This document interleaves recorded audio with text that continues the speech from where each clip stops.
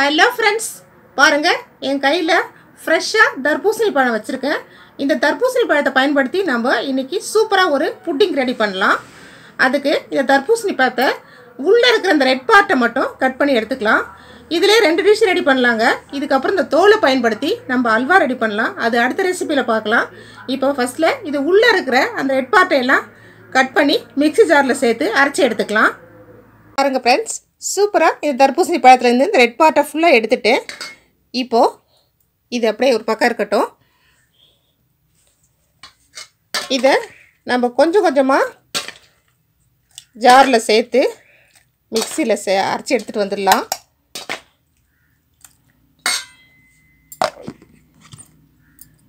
Friends, எல்லா தர்பூசணி பழத்தையும் நான் மிக்சியில் அரைச்சி எடுத்துக்கிட்டேன்.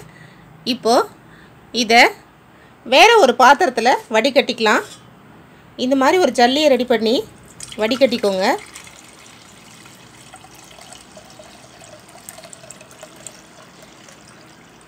விதையோடு அரைக்கிறமே நினைக்காதீங்க.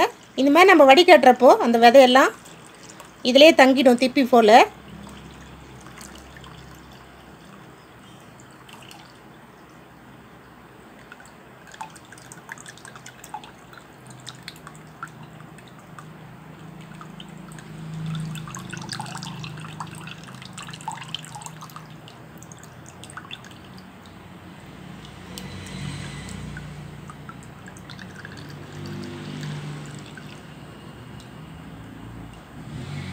அவ்வளோதான் ஃப்ரெண்ட்ஸ், வடித்து எடுத்துட்டேன்.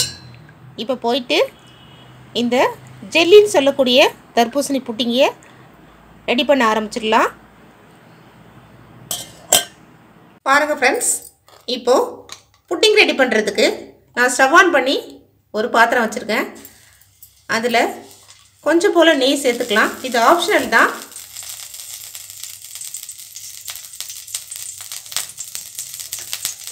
இதோடவே நம்ம எடுத்து வச்ச இந்த தர்பூசணி கலவையை சேர்த்துக்கலாம்.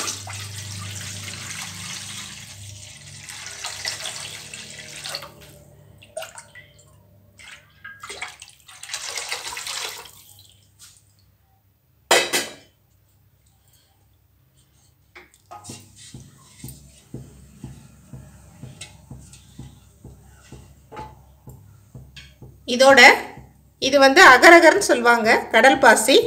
இது எல்லா டிபார்ட்மெண்ட் ஸ்டோர்லேயும் கிடைக்கும். இதை வாங்கிக்கோங்க. இது ஒரு 100 கிராம் அளவுக்கு நான் வெந்நீரில் ஊற வச்சு வச்சுருக்கேன். இதையும் சேர்த்துக்கலாம்.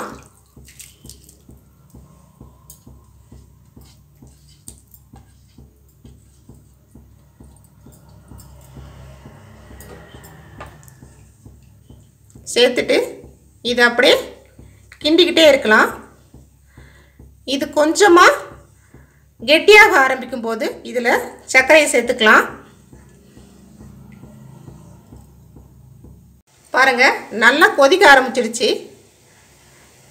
இப்போது நம்ம ஸ்டவ்வை விட்டு கொஞ்சம் தூரம் போகாமல் இப்படி இடையிடையே கிண்டி விட்டுக்கிட்டே இருங்க. சீக்கிரமே இது ரெடி ஆகிடும். இதோட ஒரு 2 ஸ்பூன் அளவுக்கு நான் கார்ன்ஃப்ளவர் எடுத்து கரைச்சி வச்சுருக்கேன் தண்ணியில். இதையும் சேர்த்துக்கலாம்.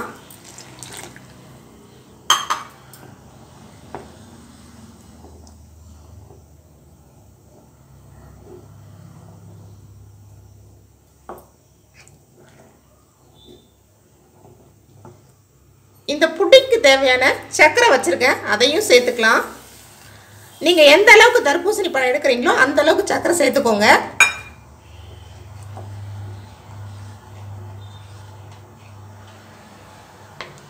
பாருங்கள், கலர் சூப்பராக இருக்குது. கொஞ்சம் கொஞ்சமாக ரெடி ஆகிட்டே இருக்குது. இது நம்ம செய்யறதுக்கு தாங்க கொஞ்சம் டைம் எடுக்கும். ஆனால் செஞ்சு கொடுத்தா ரொம்ப டேஸ்ட்டாக இருக்கும். பசங்க ரொம்ப விரும்பி சாப்பிடுவாங்க. பெரும்பாலும் தர்பூசணியாலே அந்த விதையை எடுத்துகிட்டு சாப்பிட்றதுக்கு ரொம்ப சிரமப்படுவாங்க குழந்தைங்களாம். நீங்கள் இந்த மாதிரி வித்தியாசமாக செஞ்சு கொடுத்து பாருங்கள். மறுபடியும் இதை உங்களை செஞ்சு கொடுக்க சொல்லி கட்டாயப்படுத்துவாங்க. ரெடி ஆகிக்கிட்டே இருக்குது பாருங்கள். ஆல்மோஸ்ட் இன்னும் ஒரு 5 நிமிஷத்தில் ரெடி ஆகிடுங்க. இப்போவே வாசம் சூப்பராக இருக்குது. இன்னும் கொஞ்சம் கெட்டி ஆகட்டும். பாருங்கள் ஃப்ரெண்ட்ஸ், சூப்பராக ரெடி ஆகிடுச்சு. இதில் ஒரு 1/4 ஸ்பூன் அளவுக்கு உப்பு சேர்த்துக்கலாம். இது இந்த இனிப்பு சுவையை கூடுதலாக காமிக்கும். ஃபைனலாக ஒரு 5 ஏலக்காய் சக்கரை சேர்த்து பொடி பண்ணி வச்சுருக்கேன், அதை சேர்த்துக்கலாம்.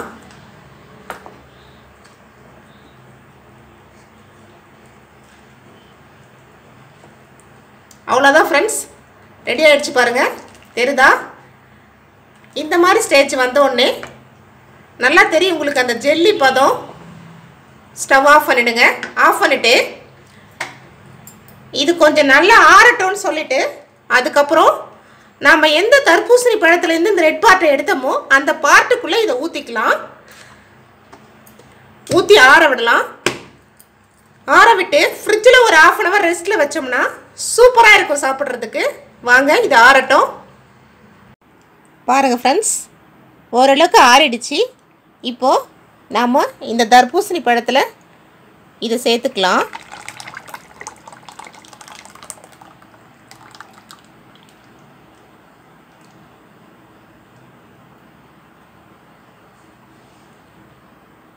இது அப்படியே கொண்டு போய் ஃப்ரிட்ஜில் ஒரு 1/2 மணி நேரம் வச்சுக்கலாம். பாருங்கள் ஃப்ரெண்ட்ஸ், சூப்பராக நம்ம தர்பூசணி புட்டிங்னு சொல்லக்கூடிய தர்பூசணி ஜெல்லி ரெடி ஆகிடுச்சு. நான் உங்ககிட்ட 1/2 மணி நேரம் ஃப்ரிட்ஜில் வைக்க சொல்லியிருப்பேன். ஆனால் அதுக்கு மேலேயே ஒரு 4 5 6 மணி வரைக்கும் இருந்தது இது. இப்போ எப்படி நல்லா சூப்பராக ரெடி ஆகிருக்கு பாருங்கள். கட் பண்ணி காமிக்கிறேன்.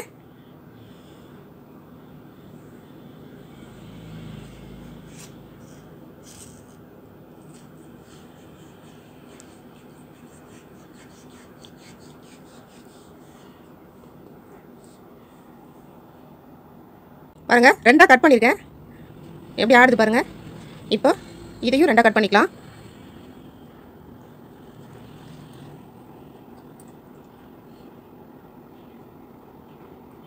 பாருங்கள் ஃப்ரெண்ட்ஸ், சூப்பராக கட் பண்ணிட்டேன். நீங்கள் இதை சின்ன சின்ன பீஸாக கூட போட்டு குழந்தைங்களுக்கு கட் பண்ணி கொடுக்கலாம்.